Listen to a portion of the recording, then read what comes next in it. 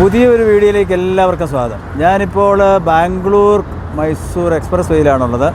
എൻ്റെ പിന്നിൽ ഈ കാണുന്ന ഒരു കൂടാരം പോലെ കാണുന്നത് നമ്മുടെ ആദ്യത്തെ ടോൾ ഗേറ്റാണ്. അവിടെ കടന്നപ്പോഴാണ് ഞാൻ വിചാരിച്ച ഒരു വീഡിയോ ഒന്ന് ചെയ്ത് കളയാവുന്നത്. കാരണം ഞാൻ ഇന്ന് ആനുവൽ ഫാസ്ടാഗ് എടുത്തു.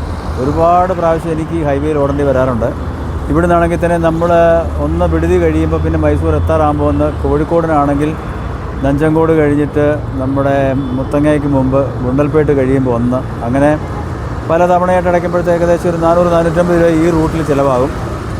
അതുകൂടാതെ നമ്മൾ ഇലക്ട്രോണിക് സിറ്റി വഴി സേലം വഴി പോവുകയാണെങ്കിൽ ഇലക്ട്രോണിക് സിറ്റി മുതൽ പാലിയേക്കര എത്തുമ്പോഴത്തേക്ക് ഒരു 950-1000 രൂപയൊക്കെ ആകും.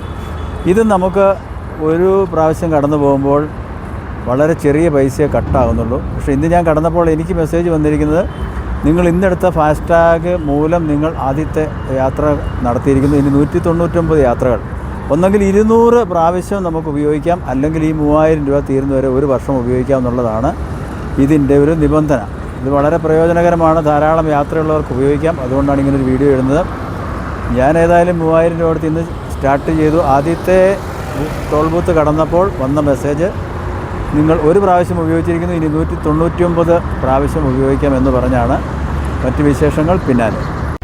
അടുത്ത ടോൾ ബൂത്തിലൂടെ കടന്ന് മൈസൂർ ഭാഗത്തേക്ക് പോയിക്കൊണ്ടിരിക്കുകയാണ്. National highway authority of India. ഇത് നമ്മൾ എക്സിറ്റ് അടിക്കുന്ന ടോൾ ബൂത്താണ്. ഇതിലൂടെ കടന്നപ്പോൾ ഇനി 198 പ്രാവശ്യം കടക്കാമെന്നൊരു മെസ്സേജ് കിട്ടി. കണ്ണൂർ യാത്ര തുടരുകയാണ്. ഒറ്റയ്ക്കേ ഉള്ളൂ. എത്രയും വേഗം വിരാജ്പേട്ടിലെത്തി ഹോൾട്ട് ചെയ്യേണ്ടതുണ്ട്. രാവിലെ എണീറ്റേ കണ്ണൂർക്ക് പോകുന്നുള്ളൂ. അപ്പോൾ പരമാവധി ഇത് ഉപയോഗപ്പെടുത്തുക.